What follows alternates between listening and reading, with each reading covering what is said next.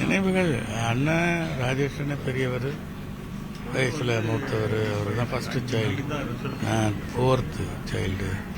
அவரை பொறுத்தவரையில் சிறு வயசுலேருந்து அவருக்கு திரை உலகத்தில் நான் பெரிய நடிகனாக வரணும் அப்படின்னு ஆர்வம். ட்ரௌசர் போட்டு எனக்கு தெரிஞ்ச ஒரு 9th ஸ்டாண்டர்ட் 10th ஸ்டாண்டர்ட் படிக்கும்போதுலேருந்தே அவருக்கு ஆர்வம் சினிமாவில்.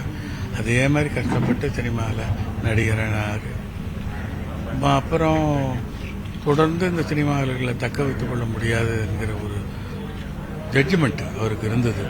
உடனே அவர் அதில் ரியல் எஸ்டேட் அது இதுன்னு ஆரம்பித்து பிற்காலத்தில் அவருக்கு கஷ்டப்படாமல் இருக்கிறதுக்கு தேவையான வசதிகளையும் தேடிக்கொண்டார். அவர் ஒரு ஆசீர்வாதமான வாழ்க்கை தான் வாழ்ந்தார். வாழ்க்கையில் ஒரு முழுமை பெற்றிருந்தார். Kamal sir, Rajini sir, Sivaji sir, MGR அவர்கள், கலைஞர் அவர்கள், ஜெயலலிதா அம்மா அவர்கள், இவங்களோடெல்லாம் பழகி அவங்களோட அன்பையும் வாங்கினவர். இந்த கட்சி அந்த கட்சின்னு இல்லை, எல்லாரோடைய அன்பையும் வாங்கினார். அதே மாதிரி தற்போதைய முதல்வர் ஸ்டாலின் ஐயா அவர்கள், அவரும் ரொம்ப பிரியமாக இருந்தார் அண்ணன் மேலே.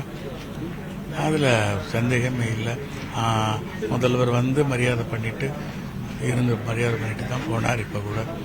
அதனால் பழக தெரிந்தவர், நாகரிகமான மனிதர்.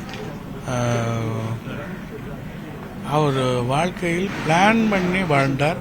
ஆனால் வாழ்க்கையில் அவர் ஒரு முழுமை அடைந்தவர்.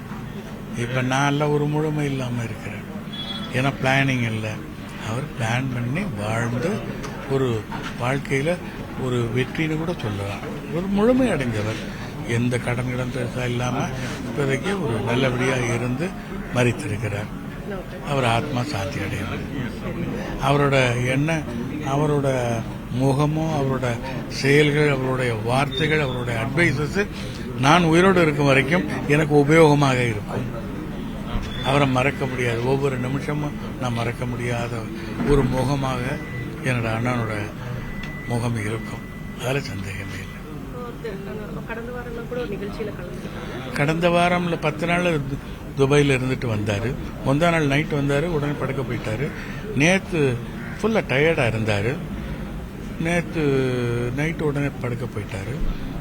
இன்னைக்கு காலையில் 5:45 என்னை கூப்பிட்டாரு, ஃபோன் பண்ணி வந்தேன். வரும்போது என் பையனையும் கூப்பிட்டு வந்தார். 2 பேரும் போய் நின்னோம். அப்புறம் பல்ஸ் ரேட்டு பார்க்கணும், ஆக்சிஜன் ரேட்டு குறைஞ்சிருச்சு போல் இருக்கு, அப்படி இப்படிலாம் பேசிக்கிட்டு இருந்தேன். டாக்டரை பார்க்கணும்னு கூட சொன்னார். நான் டாக்டரை போய் அழைச்சிட்டு வருவேன் அப்படின்ட்டு நேராக டாக்டரை அழைச்சி போகிறோம். அவர் அதுக்குள்ளே ஃபோன் பண்ணி வேணாம்.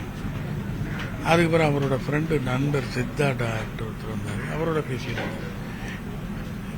நேரம் கிடச்சிட்டார் ரொம்ப. அவர் காலையில் எனக்கு ஃபோன் பண்ண டைம் இல்லையா, 6:30 மணிக்கு டாக்டரை பார்த்துருந்தா இவருக்கு இந்த நிலை வந்திருக்காது. கொஞ்சம் அலட்சியப்படுத்திட்டாரு. அதனால ஆஸ்பத்திரிக்கு கொஞ்சம் டிலே ஆயிடுச்சு. ஆம்புலன்ஸ் வரவழைச்சு இவர் அழைச்சிட்டு போகிறதுக்குள்ள போகிற வழியிலேயே இறந்துட்டாரு. என்ன பண்ணுறது? சரி, ஓகே.